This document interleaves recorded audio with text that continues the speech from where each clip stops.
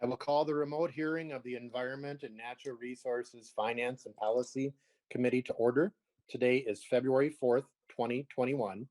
This meeting is held in accordance with Rule 10.01, which was passed and allows for remote hearings. All remote hearings are recorded and live streamed by House Public Information. The clerk will take the attendance by roll. Hanson Rick. Hanson Rick, present. Hanson present. Wazlawik Amy. Wazlawik present. Wazlawik present. Heitzman Josh. Heitzman present. Heitzman present. Acom Patty. Acom present. Acom present. Ackland Susan. Ackland present. Ackland present. Backer Jeff. Backer present. Backer present. Becker Finn Jamie. Present. Becker Finn present. Eklund Rob. Present.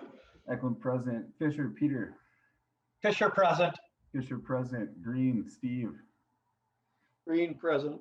Green present. Igo Spencer. Igo present. Igo present. Jordan Sydney. Jordan present. Jordan present. Keeler Heather. Keeler present. Keeler present. Lee Fu. Lee present. Lee present. Lippert Todd. Lippert present.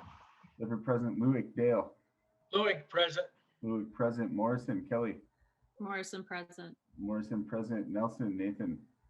Nelson present. Nelson present. Tice Tama. Tice present. Tice is present. A quorum is present. The next item on the agenda is the minutes for Tuesday, February 2nd, 2021. Representative Jordan, have you looked over the minutes? I have, Mr. Chair, and I move the minutes from February 2nd of 2021. Representative Jordan moves the minutes for February 2nd, Groundhog Day, 2021. All those in favor say aye. Aye. Aye. Opposed, same nay. Ayes have it, the minutes are approved. Members, we have a couple bills today by Representative Wazlawik, House File 78 and House File 79. Representative Wazlawik, would you move that House File 78 be laid over for possible inclusion in an omnibus bill? Yes, Mr. Chair, I will move that House File 78 be laid over for possible inclusion in an omnibus bill. And Representative Wazlawik also has an author's amendment. Would you like to move the H0078A3 amendment and explain your amendment briefly? Yes, Mr. Chair, I will move that amendment. What this amendment does is it changes a little language tweak to change perfluorochemicals to perfluoroalkyl and polyfluoroalkyl substances, and then requires the MPCA to adopt water quality standards for PFAS by July 1st of 2024. It provides $492,000 in fiscal year 22 from the environmental fund for that purpose. Any questions to the amendment to get the bill in the shape the author would like?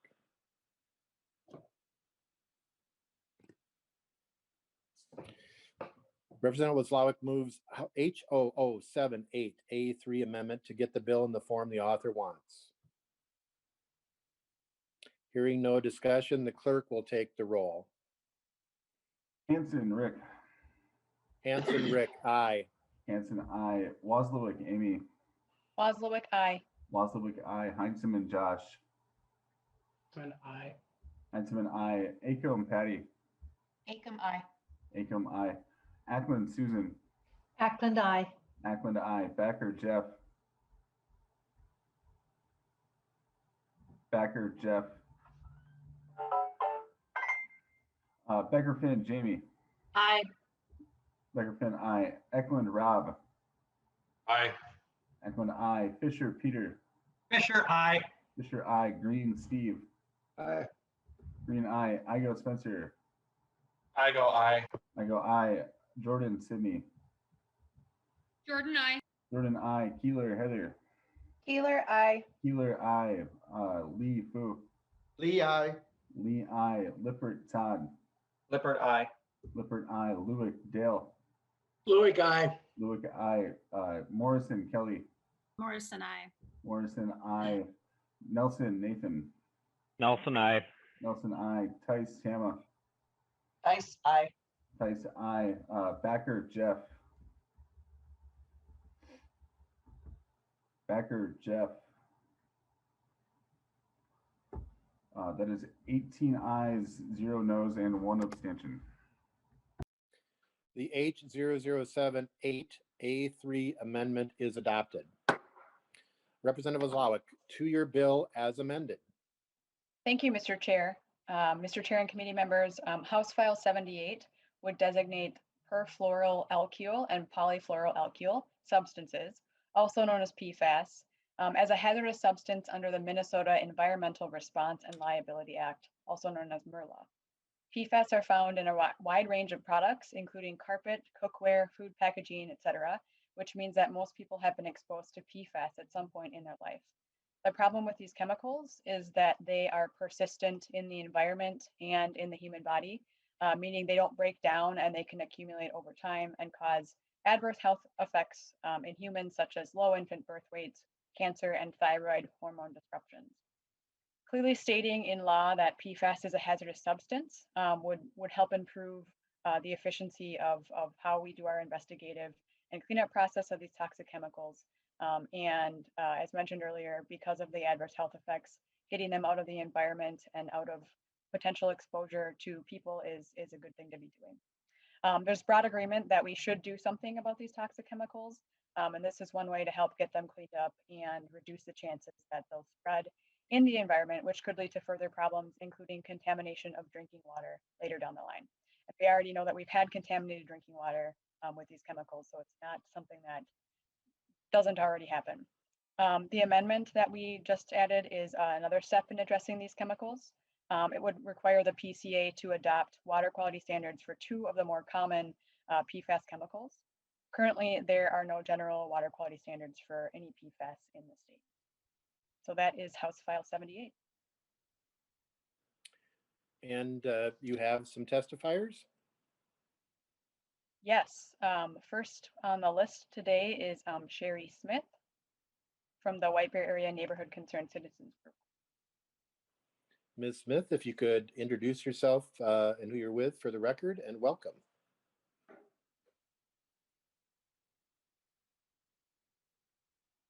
Sherry, you'll have to unmute yourself first. Yeah, sorry, not my first Zoom rodeo. There was no excuse for that.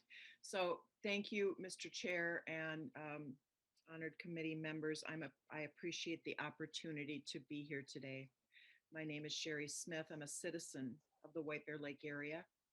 My community was tremendously impacted by extreme levels of toxic pollutants coming from a company named Water Gremlin. I know that many of you, if not all of you, are completely familiar with that scenario. Because of what our community went through and has been subjected to, I'm compelled to testify in support of House File 78. So our community was exposed to high levels of the toxic chemical TCE, or trichloroethylene, for almost 2 decades. And I'm struck by the similarities between TCE and PFAS. Both TCE and PFAS have been found in drinking water in nearby communities, which has resulted in extensive efforts to treat and or clean up those chemicals. A growing body of research has shown that PFAS, like TCE, can have severe adverse impacts on human health. The White Bear area saw our water, soil, and air polluted by a terrible corporate neighbor who demonstrated over and over a disregard for human health and for the environment. We don't want to see what happened in our community happen in other places in the state. I mean, I need to say that again. We don't want to see what happened in our community happen in other places in this state, all right? We believe the toxic pollution sickened our citizens. We know the company polluted the environment with TCE, with TDCE, with lead, with hazardous waste. We know that the Water Gremlin pollution situation cost the state of Minnesota dearly, tremendously. Both tangible financial costs and human resource costs were expended over the last 2 years, and there's still much to be done on remediation, which also drains precious resources, all right? On behalf of myself and the Neighborhood Concerned Citizens Group, NCCG, we support this proposal because it will help ensure that the investigation and cleanup process associated with these toxic chemicals is more efficient, hopefully leading to less exposure to community members, hopefully leading to no more time and money expended by agencies involved in these scenarios. So on behalf of myself and the NCCG, again, we support this proposal. From our experience with water gremlin, we also understand the importance of setting limits on chemicals in order to protect human health and the environment. And as we begin to understand more about PFAS and other toxic chemicals, it's very clear that more stringent regulations must be built in when these harmful chemicals are used. We must do more to clean up the chemicals so that our communities are not regularly impacted like our community was by what happened with water gremlin in the White Bear Lake area. We are asking that you stand with us. Let's learn from the history of water gremlin and not allow ourselves to end up in another situation where human lives and the environment are vulnerable to tragic outcomes and costly resources must be expended in order to remediate. Thank you very much. Thank you. And we have a number of testifiers, so if we can hold questions for the testifiers until the end. Ms. Weber. Good afternoon, Chair Hansen and committee members. Thank you for this opportunity to speak in favor of House Files 78 and 79. I live in the Southeast metro area affected by the flume of forever chemicals left in our area's groundwater by 3M's manufacturing processes decades ago. We drank, bathed, laundered, and cooked with Cottage Grove's contaminated water for 15 years. During that time, we were raising our family and I was pregnant with our youngest child. Our kids are grown and we now live on property in the area with our own well and septic. While our water now tests negative for PFAS, though positive for atrazine, unfortunately, I will now worry for the rest of my life if any future negative health in our family was caused or exacerbated by the exposure my growing family had for 15 years in Cottage Grove. This is especially because some PFAS builds up in the body over time. And as my 64-year-old husband and I eagerly await our turn for the COVID-19 vaccine, the information from the MPCA website that PFAS can cause a reduced immunological response to vaccination worries us more than a little. I believe there is also an equity concern that supports you doing all you can against PFAS on our behalf. There are pockets of poverty in the Southeast Metro where people don't have the means to move out of the flume. For example, in 2019, 11.9% of Newport residents had an income below the poverty level, which was significantly more than the poverty level of 9% across the entire state. Black people in Newport are those most likely to be in poverty, with 38.6% of them below the poverty level. As with so many environmental health issues, our Black and brown friends often unfairly suffer more. I'm also a public health nurse and a nurse educator at the University of Minnesota, where we teach health professional students about the precautionary principle. When all we have is reasonable suspicion, the precautionary principle underscores the duty we have in public health to prevent harm, even in the face of uncertainty. It's the principle we uphold in the face of avoidable risk when we say, for example, better safe than sorry. I believe that idea supports you doing all you can now to make us more safe and less sorry. That includes adding PFAS to the list of hazardous substances and eliminating it from food packaging, and I might add, considering removal of the intent loophole from subdivision 2 of House File 79. Thank you for the work you do and for listening to my testimony. Thank you. Ms. Gauthier.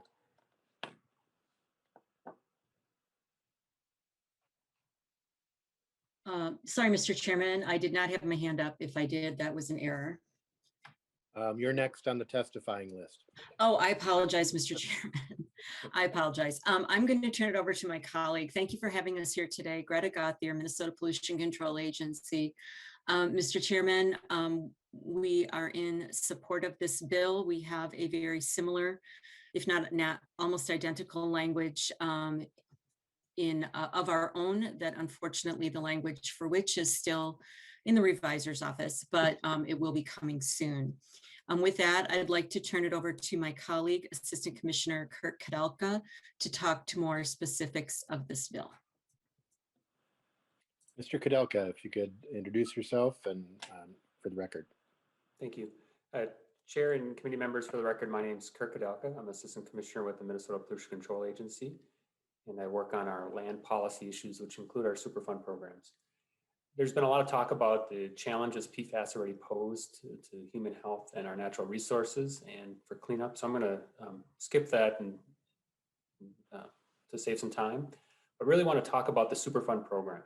It's based on a simple and powerful philosophy that if you create a mess and contaminate other people's drinking water, air they breathe, the soil the kids they play in, we have to do the right thing and clean it up. So the person who's responsible for it.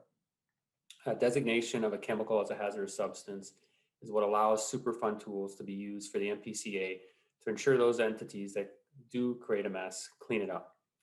It is not our first tool. It is often the tool of last option. We try to use our other permitting programs and regulatory tools to be able to comply the cleanup, but many times that does fall upon our Superfund program. This bill reduces and eliminates legal challenges over the formal designation of PFAS as a hazardous substance, which will enable faster and more responsive reactions to releases of PFAS. This is done by, while MPCA and the state has that PFAS does meet the narrative standard of hazardous substance, many times an entity will spend their and the agency's resources on a time-consuming and often expensive legal and administrative challenges revolving around whether or not PFAS is a hazardous substance. This bill clearly makes it that it is a hazardous substance. And as a result, this will speed up and save those times and resources and put it to better use, the investigation and cleanup of contamination. This will result in quicker responses to remove our risks to drinking water and our health. Now, as Greta Gothier mentioned earlier, we have a number of PFAS provisions this year, policy initiatives, and this is one of them.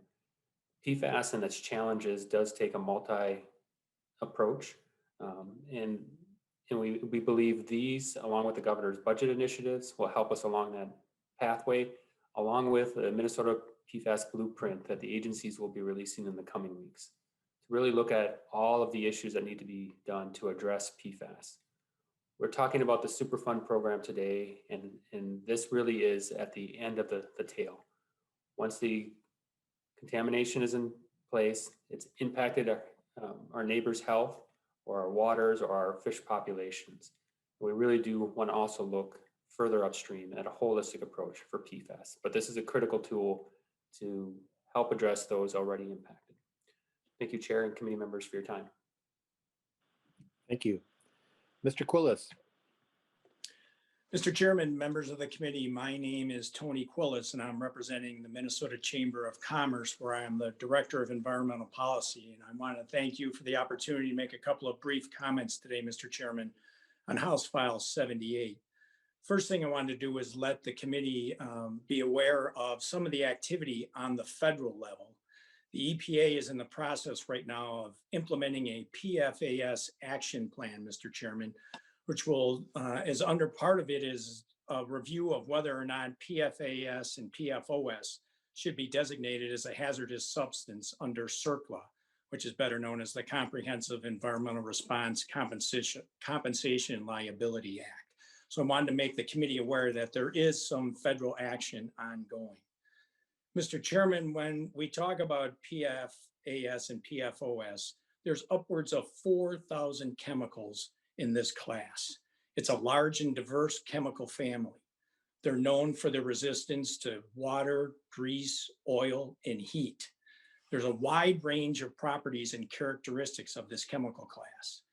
And you have to acknowledge and the individual properties and behaviors in the different categories of these product uses. They do not all have the same toxicological effects. As I stated, they're not all the same, and a one-size-fits-all approach is an unfair and unscientific way to regulate a chemical class. We think the hazard and risk profiles are different for each of these uses. Some have alternatives, and the industry has or is in the process of transitioning to them. Mr. Chairman, the main point is we're concerned about the unintended consequences of this legislation. This chemical class has many uses that will be impacted. As I pointed out, it's resistant to oil, water, grease, and heat, but it also provides strength, durability, and unique protection in electrical properties. They're used in pacemakers, MRI machines, aircraft, solar panels, automobiles, as well as in cell phones, electronics, medical gowns, and even in photography. This one-word change will impact businesses, manufacturers, retailers, cities, counties, hospitals, and airports, and will have impact on the state's remediation work, reporting, transfer, storage, and disposal of all those products I just mentioned. Mr. Chairman, we're really concerned about the unintended consequences of House File 78, especially the wide-ranging legal ramifications that would happen under this simple one-word change, Mr. Chairman. Also wanted to point out onto the A3 amendment, as Mr.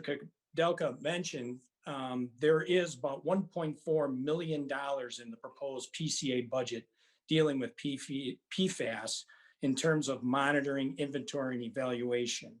And also in terms of site-specific, the PCA has been going through and doing site-specific water criteria in 3 water bodies throughout the state.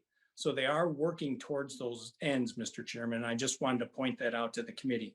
I'll stick around for any questions, and thank you for allowing me to testify today, Mr. Chairman. Thank you. Mr. Johnson.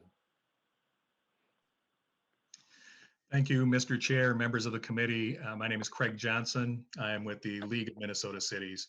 I want to thank the author for the time she has put in discussing some of our city concerns with us leading up to this hearing, as well as the chair. The League of Minnesota Cities does respectfully oppose House File 78 and the A3 amendment that was added onto it. And let me explain the rationale for that. We certainly understand that the compounds being addressed by this legislation are of concern. They are a family of chemicals that we are finding problems with all over the place. But as Mr. Quillis just mentioned, there are thousands of these. They are in all kinds of products. And most importantly, they are not being introduced by the water treatment systems and the wastewater systems and the stormwater systems that are going to be regulated once these are designated in this way and these water quality standards are adopted. So I'm going to explain that briefly. First of all, and you can certainly verify my comments with agency staff if that is helpful, there is currently no technology to remove these compounds reliably or cost effectively or even technologically from wastewater streams. The volume of flow in wastewater is too high and the organic content of the wastewater is too high to use the type of filtration systems that work on drinking water from groundwater supplies, which is much cleaner water to start with. So creating a standard that would be immediately put into every wastewater and stormwater permit as something that was expected to be being met would cause us to have every wastewater system and many stormwater systems out of compliance with federal law, which can be enforced by any citizen of the United States through a lawsuit at any time. I would add that the biosolids, the leftover sludge at the end of wastewater treatment, is where a lot of these chemicals end up consolidating during wastewater treatment. The normal use or the normal method of disposal of those biosolids right now is to use it as fertilizer on non-food growing properties.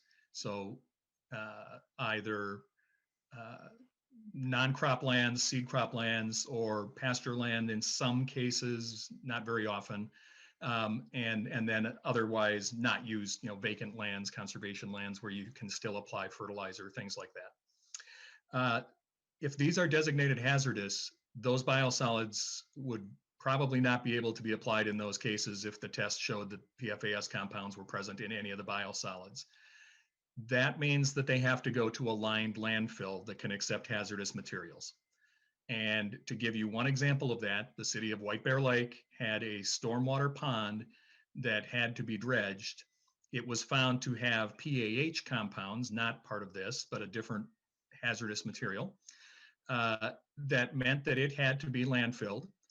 Just the sediment from that one stormwater pond was $500,000 for the city of White Bear Lake to deal with that sediment.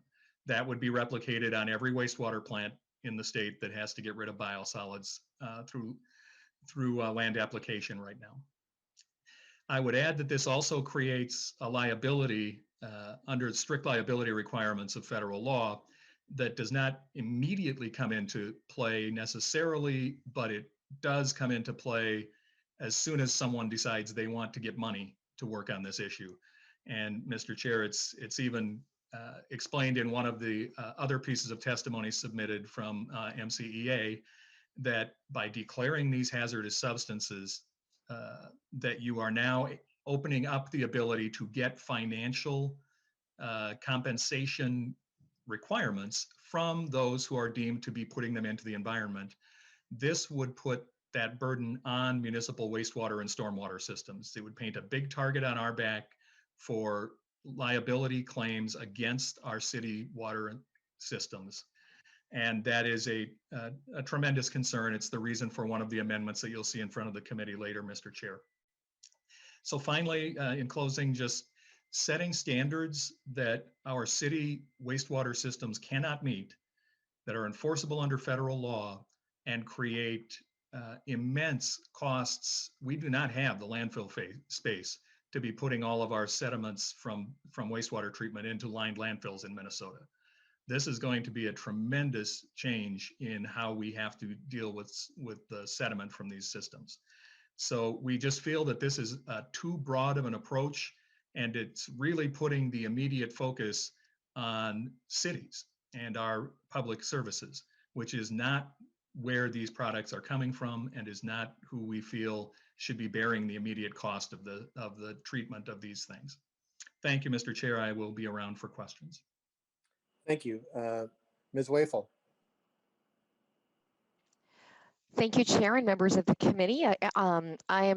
Craig Johnson said a lot of what I said, and I also want to echo our thanks to Representative Wazlawik for speaking with us about these issues. Just a few brief points. For those of you unfamiliar with the coalition, we are a group of 105 cities across the state outside the metro area. Our cities, too, are very concerned about the PFAS issue. Several of your testifiers said that they don't want this to happen to other places, and unfortunately, we have seen some of this. The city of Bemidji has found PFAS in their drinking water. That being said, we are very concerned about this approach because, as Craig explained, we can't do anything about it. So it is essentially opening us up to liability without actually helping our citizens, clean it up from a wastewater standpoint. We really do want to do something about PFAS, but we think with respect to HF 78 that city wastewater and stormwater need to be written out of it. And we also think that if we really want to tackle this problem, we really need some help tackling the sources of PFAS. We are going to be introducing some legislation later this session, seeking help for municipalities on trying to ensure that PFAS are not ending up in their wastewater stream. We think that is a better use of our resources rather than exposing us to potential liability. We hope that we can continue to work with Representative Wazlawik and see if we can find a way to ensure that we are protecting our citizens without, creating significant potential liabilities for cities for something they can't control. Thank you. Thank you. Mr. Helmers. Thank you, Mr. Chair, committee members. My name is John Helmers. I'm the Executive Director of the Solid Waste Administrators Association, normally called SWA, which is an affiliate of the Association of Minnesota Counties. And I'm speaking on behalf of both organizations today. Our members have concerns with House File 78. This bill would define PFAS as a hazardous substance under Minnesota Environmental Response and Liability Act, the MRLA. And while we share the author's interest in addressing the presence of these chemicals in our environment, we must point out that this bill will do much more than create an enforcement tool for the Pollution Control Agency. MRLA establishes an extensive private cause of action that includes joint and several liability for economic and personal injuries and applies this liability retroactively. Public entities can be targets of MRLA claims. County-owned and operated facilities that compost source separated organic waste or that provide landfill disposal for waste that are not producers of PFAS. These important parts of our solid waste management system are only receivers of those compounds as constituents of the waste disposed of by the people and businesses of Minnesota.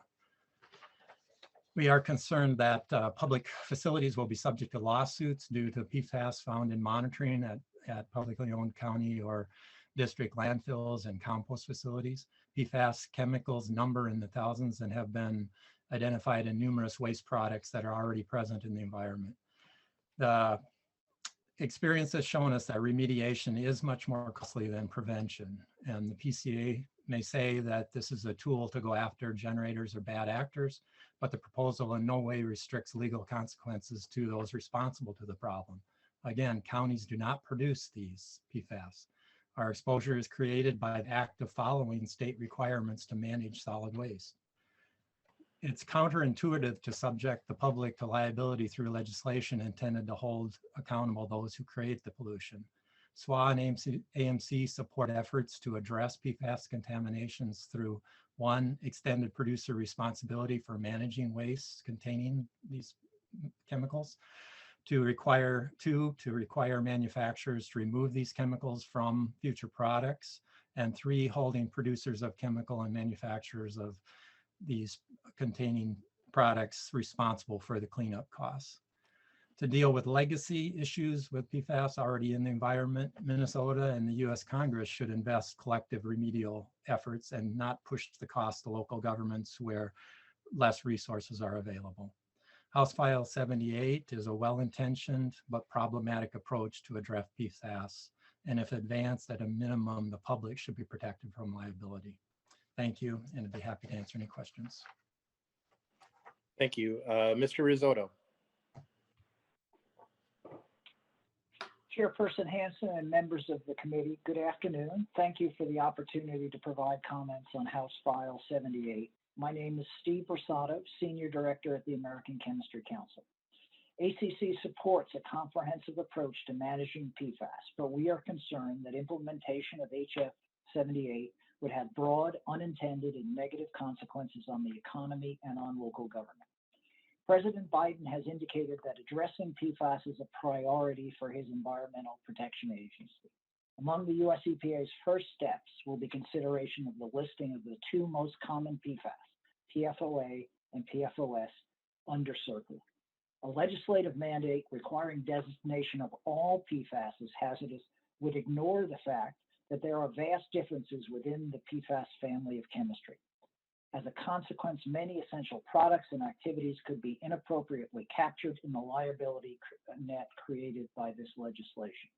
Assigning liability for contamination under federal or state law is often a protracted process that can take years to resolve. The prospect for significant delays would be exacerbated considerably by the addition of hundreds, perhaps thousands of substances.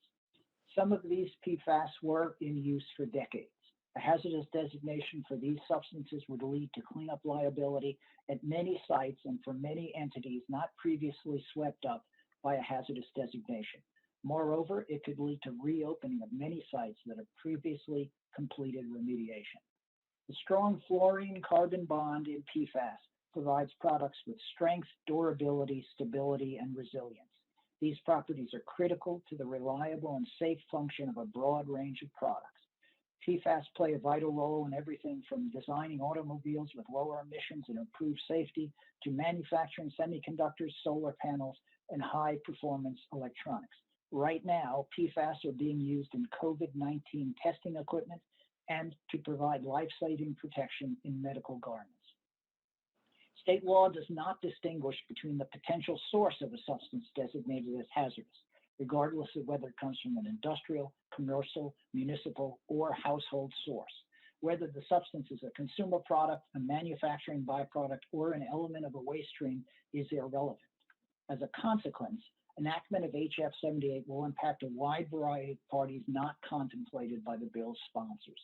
These could include industries making or recycling electronics, manufacturers of stain and water repellent clothing and other textiles, paper, food, packaging, and cookware, airports, fire stations, and fire training facilities that use Class B firefighting foam, publicly owned treatment works, solid waste landfills that have accepted waste from industrial or commercial manufacturers or consumers of any of the above products, and farms and other locations where biosolids have been applied. The bottom line is that hazardous substance designation is a blunt, inefficient tool for addressing priority issues. Such designated is complicated, results in extensive delays, and is fraught with unintended consequences. Current state law defers to US EPA in determining whether to designate a substance as hazardous. Given the potentially wide-ranging impacts of such a designation, the state should defer any decision on listing until US EPA has made a determination. Thank you. I would be happy to answer any questions. Thank you. Mr. Eidsness. Thank you, Chair Hansen and members of the committee for the opportunity to testify today on House File 78.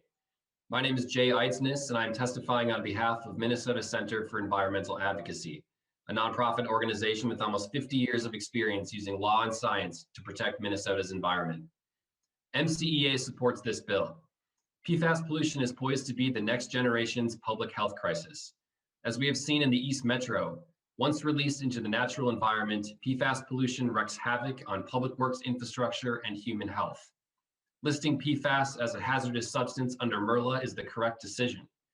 Once listed under MRLA, state regulatory bodies have more power to require responsible parties to remediate PFAS contamination and improves the state's ability to recover costs from responsible parties when they fail to act. This is important. PFAS pollution is pervasive and extremely difficult and expensive to clean up once released into the environment. Listing PFAS under MRLA enables regulators to access a greater amount of resources to address threatened and actual PFAS releases. We must take action now. Public health experts are discovering more linkages between PFAS consumption and adverse health outcomes. Many of these newer discoveries are linking negative health effects to extremely low concentrations of these chemicals. Left unchecked, PFAS pollution will continue to spread in our surface and groundwaters, infecting aquatic species and threatening drinking water supplies. Slowing the spread of these insidious chemicals will take a coordinated effort. Listing PFAS under MRLA is a needed step. MCEA applauds the bill authors and committee's efforts to address this growing problem, and we encourage the committee to swiftly move this bill forward. Thank you very much. Thank you. And I have Mr. Hill from Department of Health is available for testimony. I'm not sure if he was seeking to testify or if he's just available.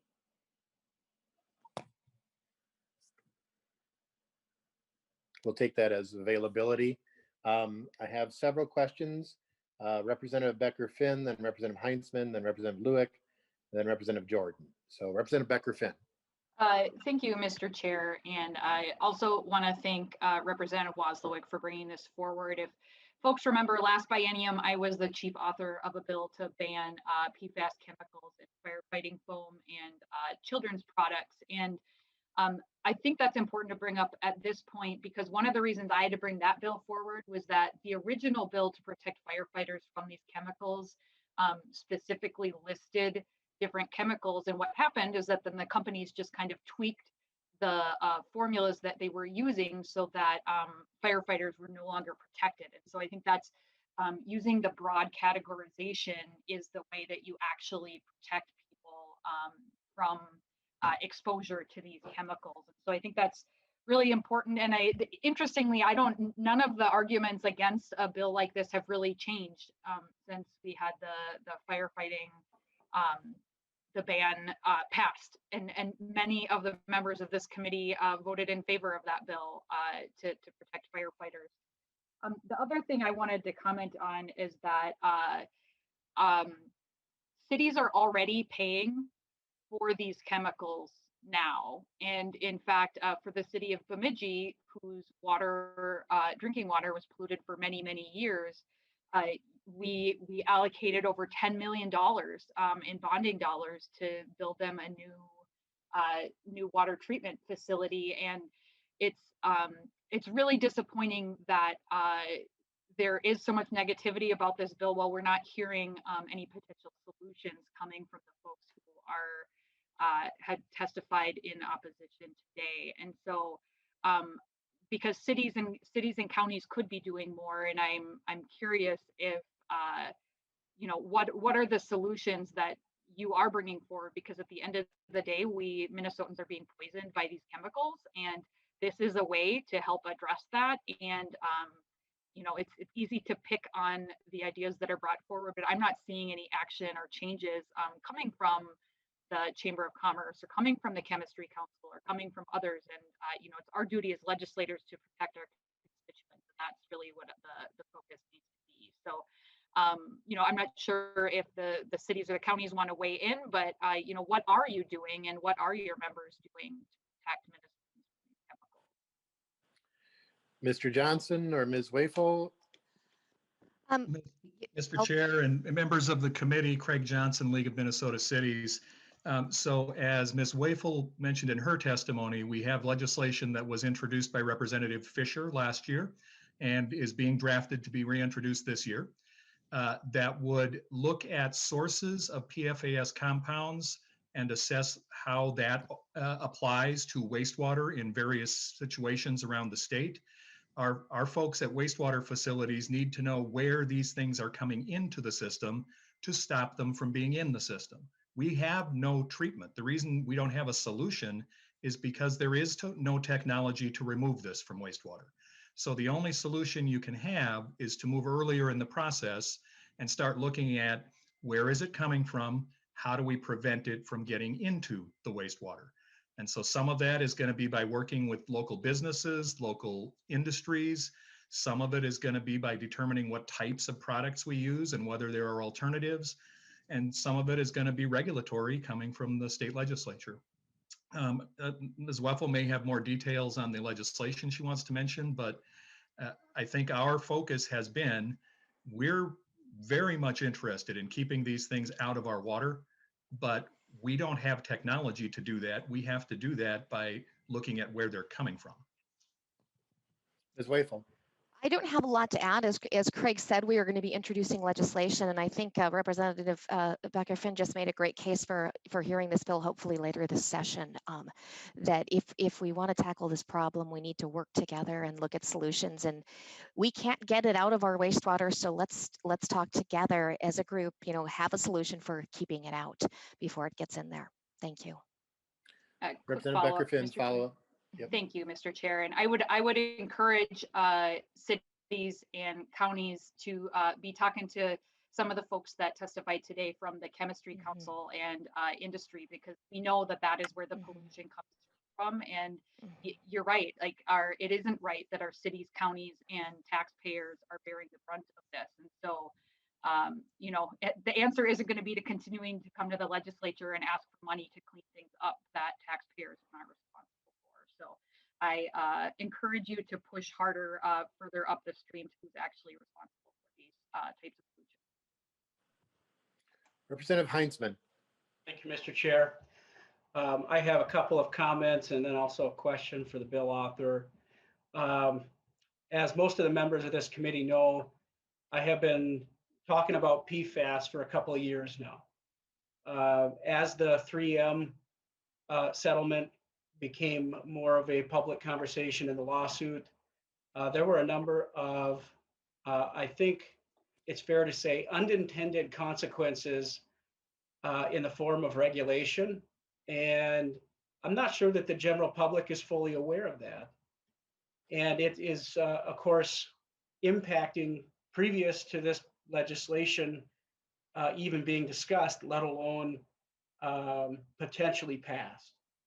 And in the conversation I wanted to have is around this issue with composters dealing with with this issue. And most people, I don't think, understand that we're finding PFAS in grass clippings. Okay, how did that get there?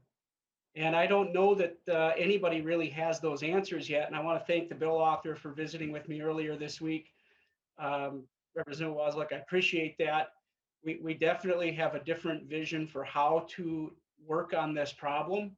I don't think this bill is the right way to do it, but I'm glad we're having a conversation, because if we're seeing all of these very well-intentioned programs to divert waste from landfills, in many cases being shut down, at least or I should say at the very least, in some cases, struggling to find solutions to MPCA's demands as the composters, food waste composters primarily, I'm referring to, for PFAS. They have that, I have trace amounts of PFAS in their leachate. So now what do we got? We have a huge problem trying to remove that. And the solution from MPCA was to truck those materials to a permitted facility and dilute and to discharge directly into the Mississippi in some cases. I don't think anybody sees that necessarily as a solution, but people need to understand the impact of trying to solve this problem on the surface, when I think a number of the testifiers did a really good job of delving into the huge impact that this has on products, not just food containers, but also everything in between, from electronic equipment to pallets that we're having to deal with. So I hope that the bill author, and I hope that MPCA are taking an approach here that can narrow our attack to the most effective solutions at hand first, before going for such a huge, broad, and very controversial solution that may very easily capture elements of this problem that don't contribute to the kind of impact that is causing the problems that we're seeing downstream. And I think that if we got down to brass tacks, we'd find out there's a whole heck of a lot of science that needs to be done to figure out what those targeted approaches might be. Here again, I mean, we're finding PFAS in the rainforests in South America, and it didn't get there because of a McDonald's cup. And I'm not meaning to pick on McDonald's. They're one of those that is actually on their own planning a process to eliminate PFAS from their products by 2023. If I read their announcement recently correctly, that's something that the private sector is doing on their own without any kind of mandate. And I hope that other businesses are taking note and looking for alternatives on their own as well. I'd like to ask the bill author if she's familiar with how many products this contains. And I know that we've heard some testimony today, Representative Wazlawik, but for example, clothing. Do we know if PFAS is in clothing and what that would mean if this bill passed and now it contains a hazardous material under this language? Does that mean that those items would have to be removed from store shelves at some point? And what is the actual human impact of those elements in clothing? Do we know them to be healthy, or do we know them to be dangerous? If you could address a few of those concerns, Representative Wazlawik, that would be great. The bill's author, Representative Wazlawik. Thank you, Mr. Chair. I can't answer all those questions, but I can try a couple of them. So I know it is in some types of clothing, specifically with water repellent clothing, those sorts of things that have those properties in them. And whether or not they're harmful, I don't know that we know that 100% right now. I think a lot of the research that's been done, PFAS hasn't been done on, exposure to outside of the body, and more focused on what happens when it's in the environment or in the body, human body, or in this case in the animal subjects' bodies with the science that's been done. My understanding with MRLA is that this wouldn't apply to a product like a clothing item being sold in a store. And if other folks have thoughts on that are here, PCA or others to chime in, but that's my understanding of. Looks like Commissioner Kudelka has an answer for that, I think. Chair and committee members, thank you for the questions. I'd like to thank you for the opportunity to clear up some of the confusion here.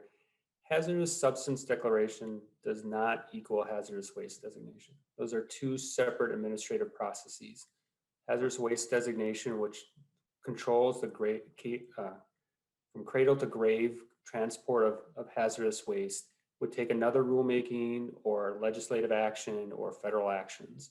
That is not that. So in the case of biosolids, that does not say that they can't be applied anymore or have to go to a landfill. It doesn't mean, as mentioned earlier, that it cannot be used in medical equipment or on a jacket for rain coating. What it does mean is if you, as a company, release this into the environment and create a mess and start impacting our drinking water, our fish populations, our humans' health, that you have to clean it up. Not that you're getting a penalty or that. What you're asked to do is just make it right. This is it's a limited piece in that regard. And we will use other tools to help. I know it has been mentioned that they're the permitting and for biosolids that can be able to be used in that regard. So that's what it is. And I just want to make clear what it does and does not do. It will help us speed up the effort to respond to this. Because right now, resources, whether it's taxpayer resources or companies' resources, are being spent in administrative letter writing and legal actions instead of investigating where it is and cleaning it up and taking it away from the exposure from folks. And that's our goal here. We agree PFAS is a very large issue.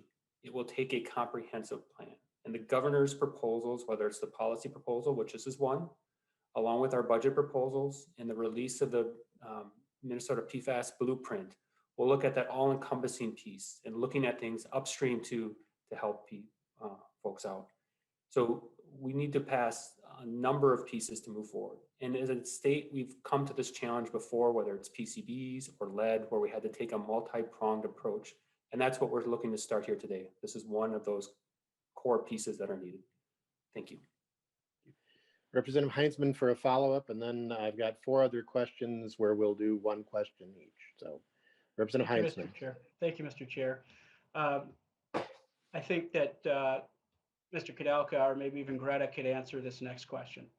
I brought up the example of recycled materials that were no longer able to be diverted from landfills because of MPCA decision making. Can you please help me understand why it's not? I'm going to try to answer this question very carefully. Why can't we find solutions to this problem that avoid putting grass clippings in landfills because of your actions at MPCA?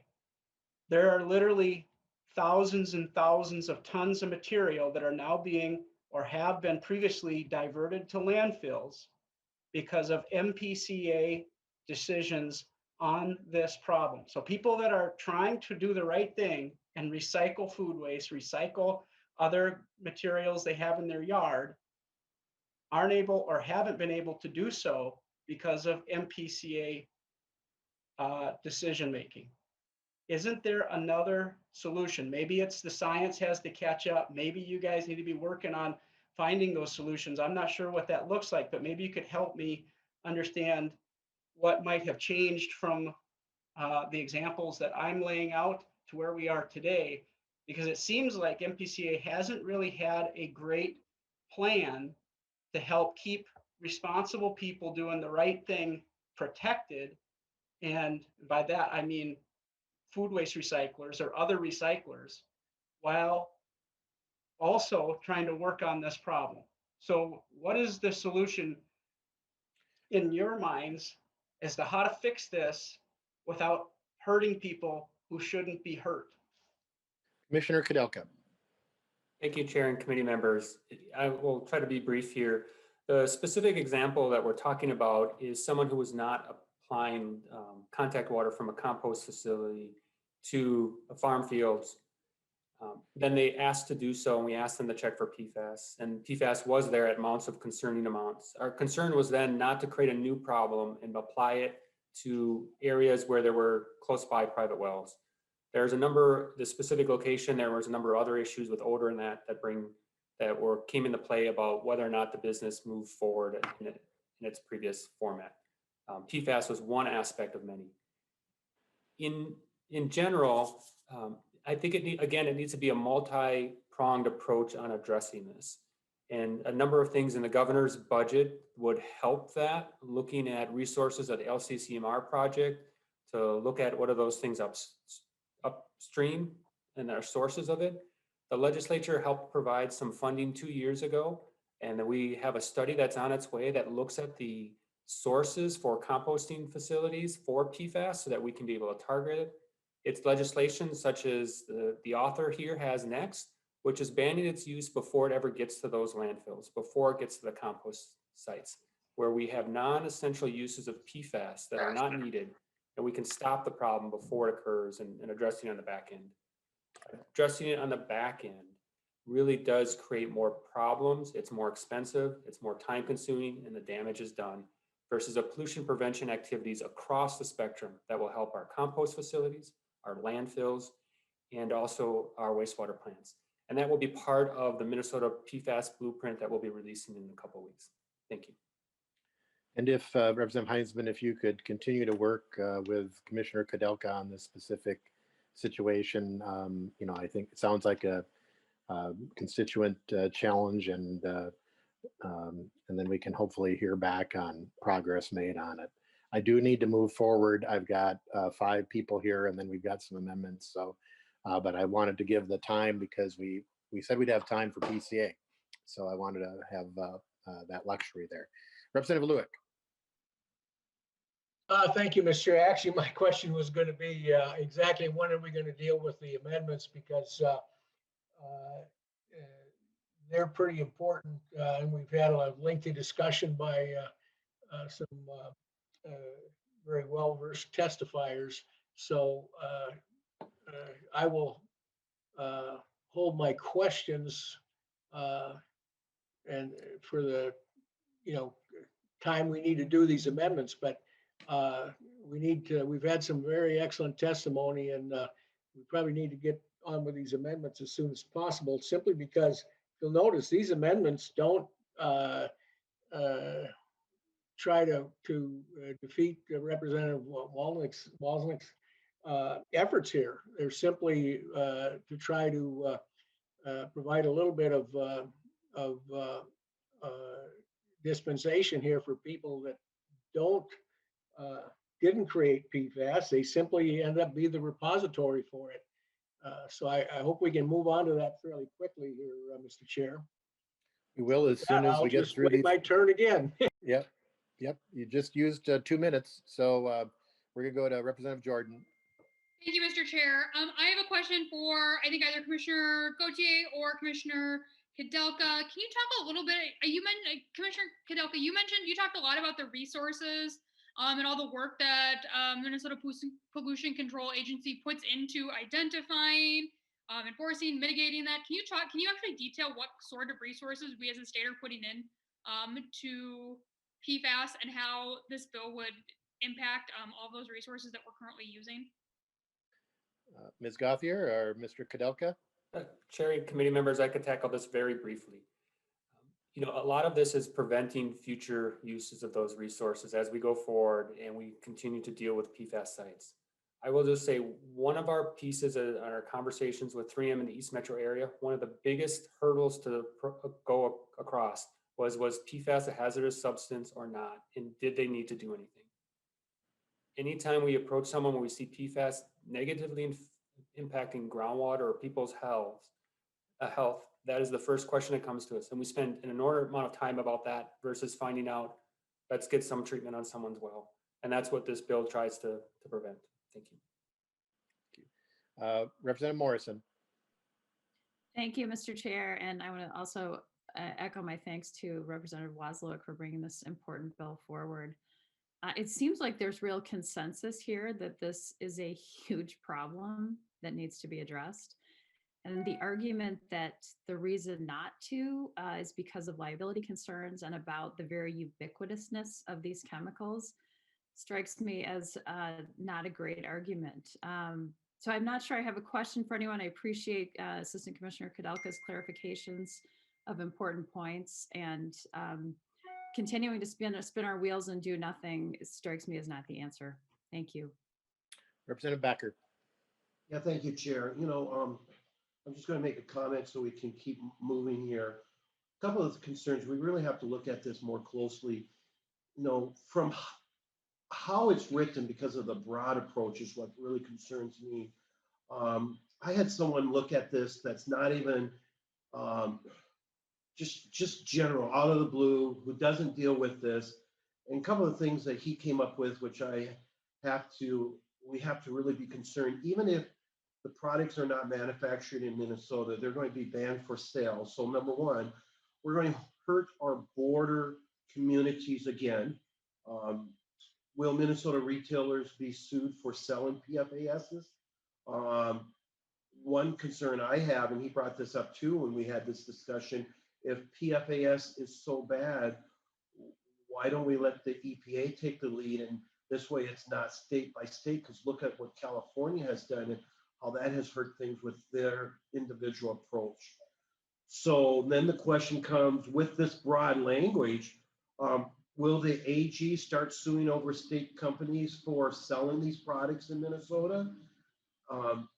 It's just so broad, the language right now. Hopefully some of the amendments will help out, but still, to me, who's going to profit the most from this is trial attorneys. That is just how the language is so broad and can be misinterpreted. I know we had the commissioner, and I appreciate his opinion, but that's what trial lawyers like, is broad statements, bills like this, because then we can have interpretations and it goes in front of the attorney. So I have some really concerns from that. I get it, there are concerns out there. We want to be good stewards of our environment, but this bill is too wide. It caused more problems than good, in my opinion. Thank you. Thank you. The bill is going to be laid over, so there's going to be opportunity to continue to work on problem solving. Representative Tice. Thank you, Mr. Chair. I just wanted to express my concerns on how broad it is. And I think there's going to be a lot of concerns with that as we keep finding out more information about just the whole issue. I think there's a lot to be found out, and I don't want us to act too quickly, too in scoping, too soon, and then find out we really didn't do a very good job at protecting some of the other areas in which those chemicals are used. When Representative Becker-Finn carried the legislation for the firefighters in chemicals, I had worked with Jeff Howe on that bill, and I know that was very limited to what chemicals it was going to be looking at. And I wish we would do something a little bit more like that. Look at what exactly do we want to do.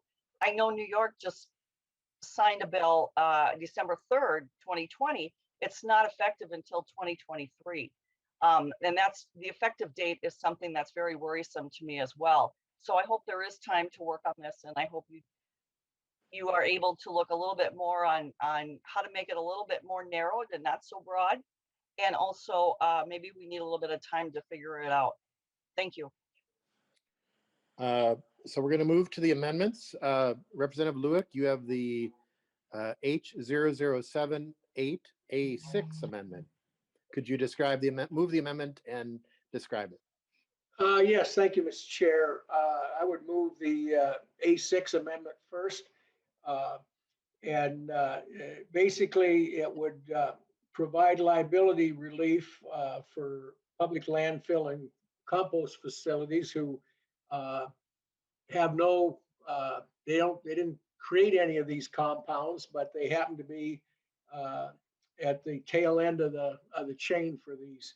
And we've had some expert testimony across the board that talks about how this impacts primarily local government units, but also some, obviously some private facilities would be impacted. And I just want to get this clear on the record. This amendment and the next amendment do not try to defeat or in any way really damage Representative Walzlik's legislation here. It simply provides a little bit of liability protection because the moment that these substances on a broad brush are declared hazardous, that changes the dynamics for all these facilities.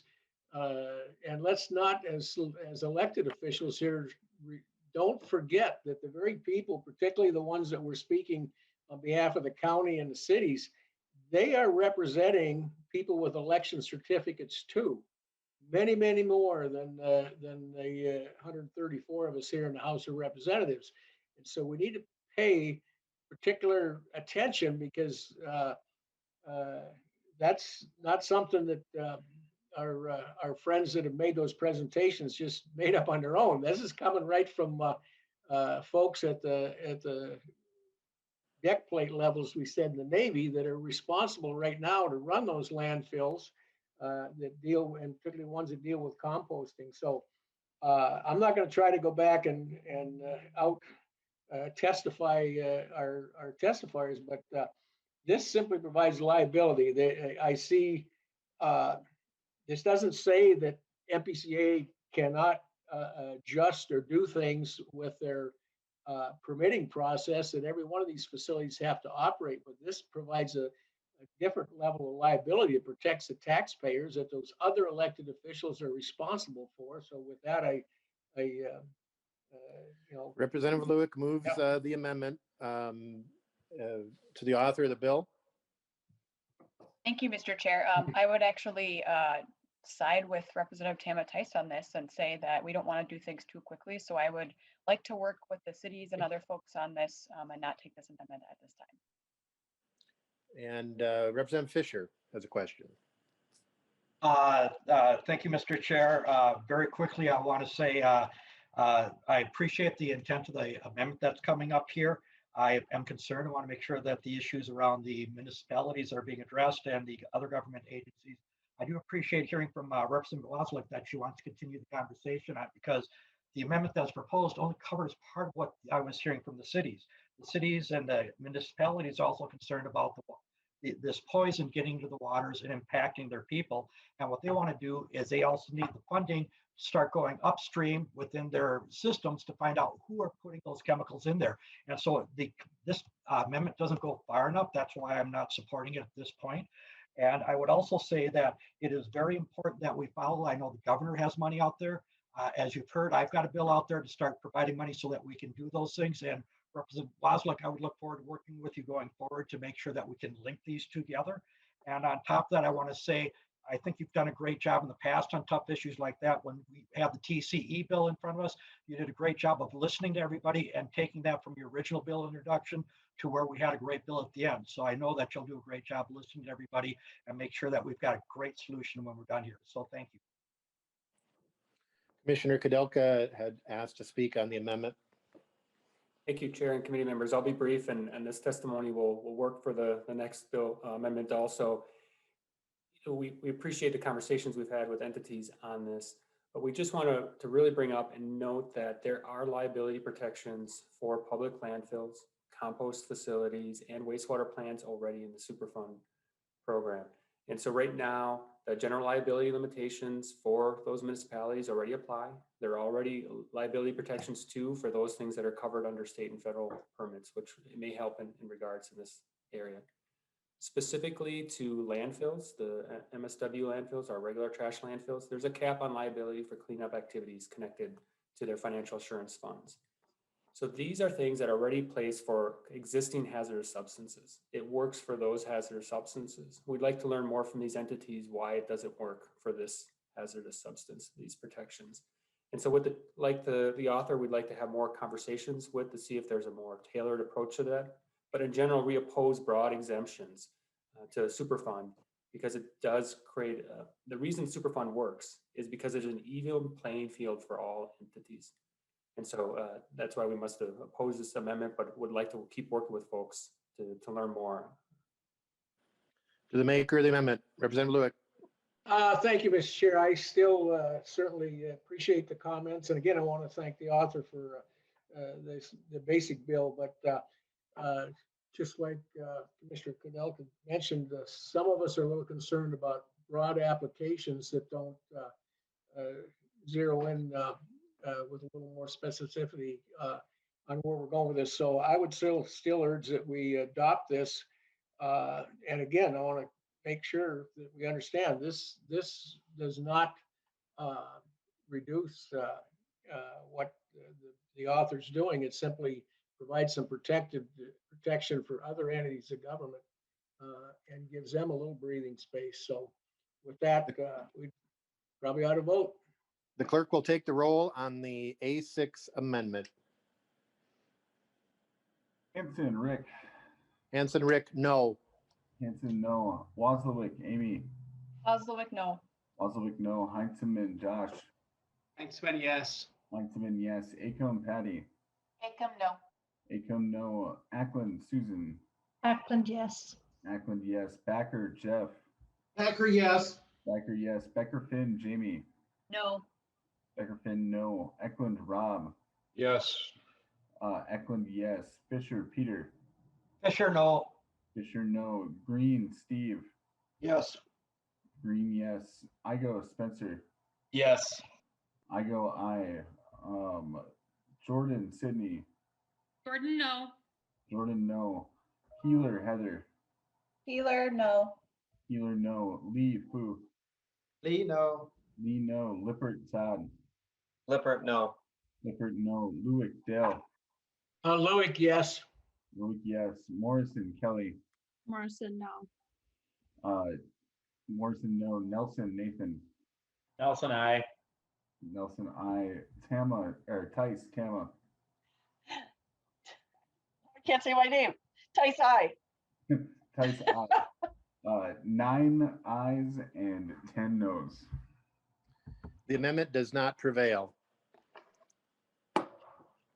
The next amendment, Representative Lewick, the A7 amendment. Yes, Mr. Chair, thank you. And I would move the A7 and it specifically would deal with wastewater and stormwater facilities. Obviously, again, those are municipalities throughout the state of Minnesota. And at the interest of saving a little bit of time here, I mean, this would provide the same type of protection, and I think it would improve the author's bill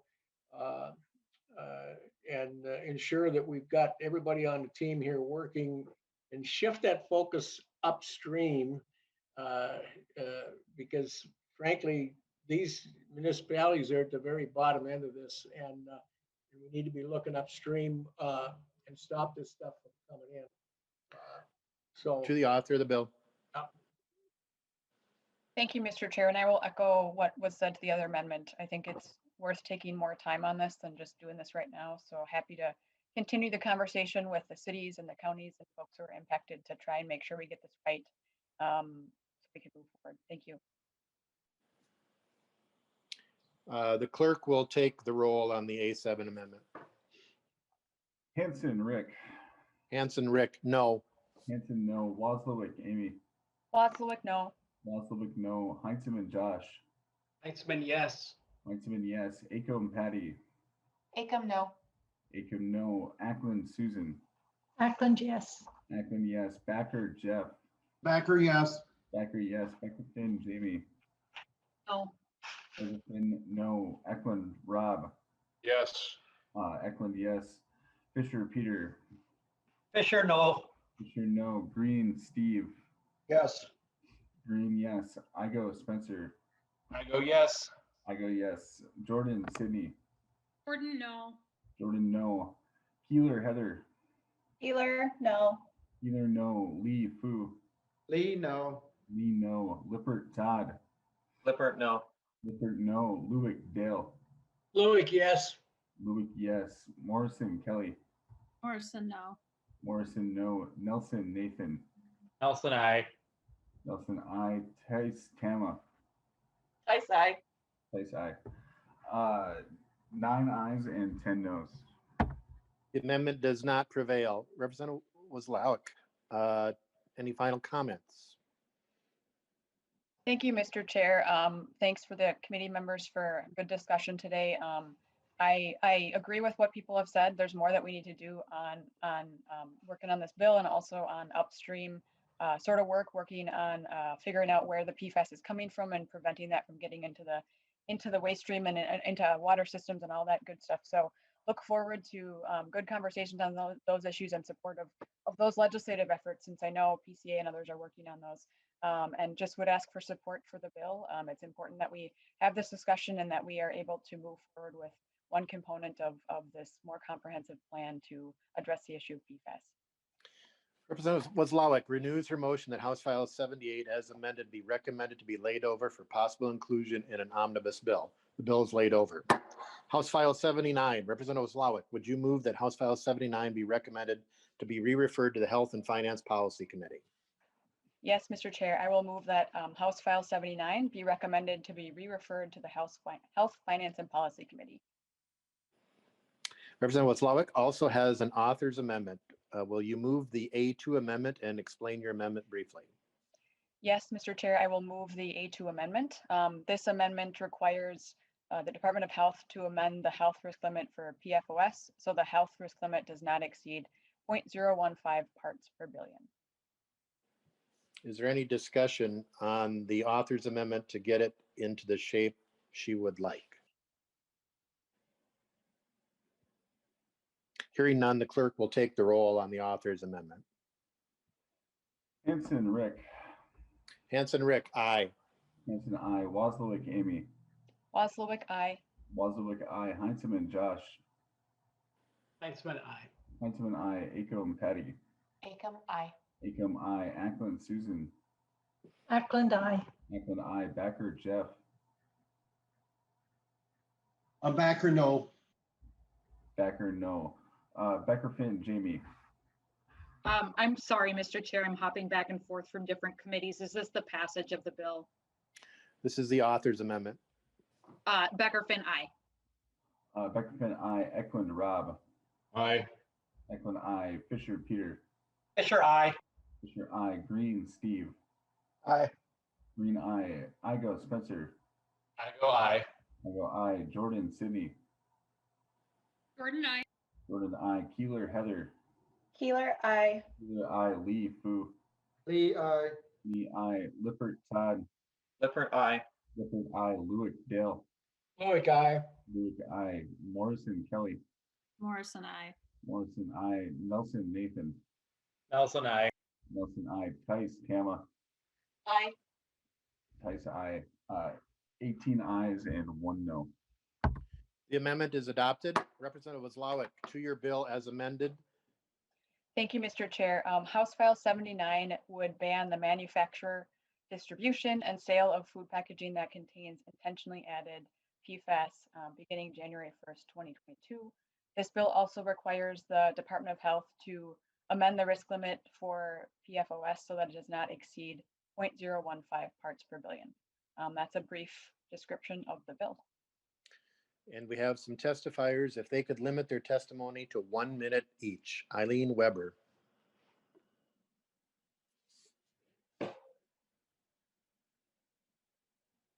Ms. Weber.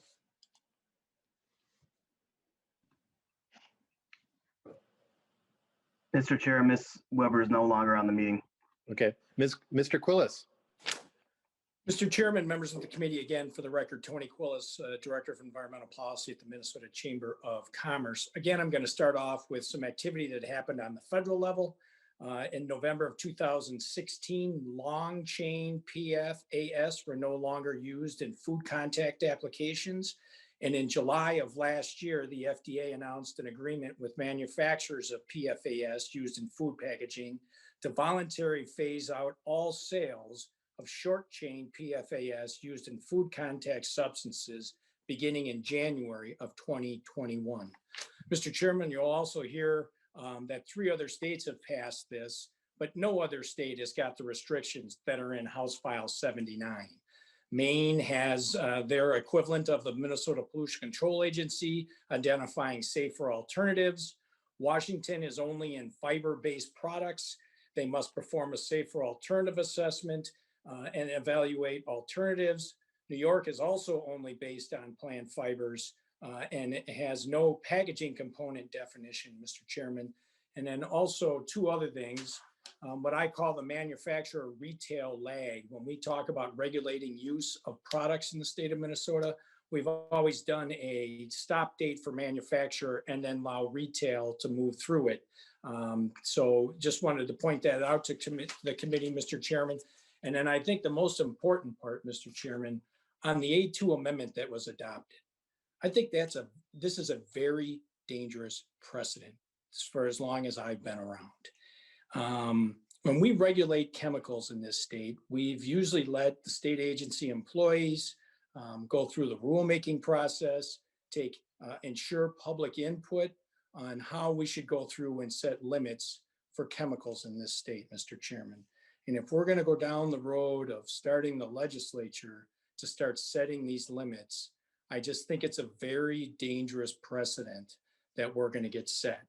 And especially I'd like to point out within Minnesota section 1440751 that's referenced in there, it talks about that there must be a scientifically acceptable peer-reviewed information. And Mr. Chairman, I don't know, maybe it has been, but I'm not sure that 0.015 is going to be scientifically acceptable and peer-reviewed based off that peer-reviewed information. Mr. Chairman, thank you very much. I'll stick around for questions and let Mr. Collada get his information in also. Thank you, Mr. Quillis. Mr. Collada. Thank you, Chairman Hansen. I appreciate the opportunity to comment with you. I'm president of the Midwest Food Products Association, which represents a number of food manufacturing facilities located in Minnesota, as well as other states. So we've seen this type of legislation, as was mentioned, adopted in 3 other states. New York State is the earliest ban, taking effect December 31st of 2022. And the industry has already voluntarily responded, knowing that this is coming. There's a number of food packaging materials that have already been replaced with PFAS. There's others that we're in the process of attempting to replace. The concern with HF 79 is that it's not enough time. January of 2022 is too early, and we would ask for another year. And we think that that will allow for the food processing industry, the packaging, to be able to convert over to PFAS-free components. So Mr. that's our Collada, request. there is an amendment, and if we can get to it, I think it's probably going to be looked upon favorably. Mr. Swearingen. Thank you, Mr. Chair, members of the committee. I'll keep my comments short, and please refer to my written testimony if you have any additional questions. I'm Sean Swearingen. I'm a director for the Alliance for Telemer Chemistry Stewardship. ATCS opposes HF 79 as written, as legislation seeks to undertake further regulation of food packaging materials when the industry is already phasing out use of PFAS in food packaging. We'd recommend amending HF 79 as written, extending the food packaging sunset timeline effective January 1st, 2025. I'll stay on the line and welcome any additional questions. As previously mentioned, I will note McDonald's Corporation has even further announced will cease food sales with packaging containing PFAS by the end of 2025. Thank you. Representative Heinzman to the A3 amendment. Thank you, Mr. Chair. The A3 does just as was actually discussed by the testifier a moment ago, and it would move the enactment date back 1 year. I think that this would help. I had a good conversation with the bill author the other day, and we discussed the possibility. There's still, of course, many questions as to what this bill might impact, but I think this is a good step in the right direction. So I would move the A3, Mr. Chair. Representative Heisman moves the A3 amendment to the author of the bill. Thank you, Mr. Chair. I would encourage members to vote for that amendment. The clerk will take the roll.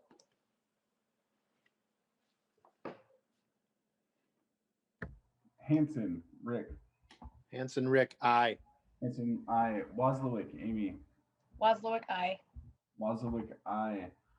Heinzman, Josh. Heitzman, aye. Heinzman, aye. Acom, Patty. Acom, aye. Acom, aye. Ackland, Susan. Ackland, aye. Ackland, aye. Backer, Jeff. Backer, yeah, aye. Backer, aye. Becker, Finn, Jamie. Becker, Finn, Jamie. Eklund, Rob. Yes. Eklund, yes. Fisher, Peter. Fisher, yes. Fisher, yes. Green, Steve. Aye. Green, aye. I go, Spencer. I go aye. I go, aye. Jordan, Sydney. Jordan, I. Jordan, aye. Keeler, Heather. Healer, aye. Keeler, aye. Lee, Fu. Lee, aye. Lee, aye. Lippert, Todd. Lippert, aye. Lippert, aye. Lewick, Dale. Lewick, aye. Lewick, aye. Morrison, Kelly. Morrison, aye. Morrison, aye. Nelson, Nathan. Nelson, aye. Nelson, aye. Tice, Tama. Tice, aye. Tice, aye. Becker, Finn, Jamie. Becker, Finn, Jamie. That is 18 ayes and 1 abstention. The amendment is adopted. Representative Wazlawik. Thank you, Mr. Chair. Are we on final passage of the bill? What are we going to do? We're at this point? we're on Still a 3 little minutes time. left, final passage. Okay. So I see Representative Heinzman has a question. I don't know if you want to take that, Mr. Chair, or Representative Heinzman. Thank you, Mr. Chair. I had mentioned there are a number of folks that do have questions about this bill, and we are running out of time. I understand that, but I hope that we could discuss some of these concerns. There are so many products that would potentially be affected by this legislation. Representative Wazlawik, I'm wondering if you have a current list of what may be impacted if this bill were to come law. And if you do have a list, I'd really appreciate that, because as I'm reading the bill, it sounds to me like there's a chance that even some of the palleting material that contains food would be impacted by this, even though it doesn't make direct contact with food. Am I reading that correct? And then if that's correct, what other products may also be affected? Representative Wazlawik. thank you, Mr. Chair. Representative Heinzman, I don't have a complete list, but the language around food packaging is something that we're going to continue to work on. So we can touch base on that as we move forward with the bill. Representative Heinzman, this will be going to the Commerce Committee as well, and will likely make it back here. There's several stops for it to go, and I would ask that people continue to work with the author as it makes its route. Thank you, Mr. Chair. I will eagerly anticipate another opportunity to ask more questions. Representative Wazlawik renews her motion that House File 79 as amended be recommended to be referred to the Health, Finance, and Policy Committee. The clerk will take the roll. Hanson, Rick. Hanson, Rick, aye. Hanson, aye. Wazlawik, Amy. Wazlawik, aye. Wazlawik, aye. Heinzman, Josh. Heinzman, aye. Heinzman, aye. Acom, Patty. Acom, aye. Acom, aye. Ackland, Susan. Ackland, aye. Ackland, aye. Backer, Jeff. Backer, no. Backer, no. Becker, Finn, Jamie. Aye. Becker, Finn, aye. Eklund, Rob. Aye. Eklund, aye. Fisher, Peter. Fisher, aye. Fisher, aye. Green, Steve. Green, no. Green, no. I go, Spencer. I go aye. I go, aye. Jordan, Sydney. Jordan, I. Jordan, aye. Keeler, Heather. Healer, aye. Keeler, aye. Lee, Fu. Lee, aye. Lee, aye. Lippert, Todd. Lippert, aye. Lippert, aye. Lewick, Dale. Loic, aye. Loic, aye. Morrison, Kelly. Morrison, I. Morrison, aye. Nelson, Nathan. Nelson, I. Nelson, aye. Tice, Tama. Tice, no. Tice, no. And so that is 16 ayes and 3 noes. The motion is adopted. It's on its way to Health, Finance, and Policy Committee. Thank you, members. I do want to note that the Commissioner of PCA was on board for answering questions. We will bring her back again. I think we had a good discussion today, and we are adjourned.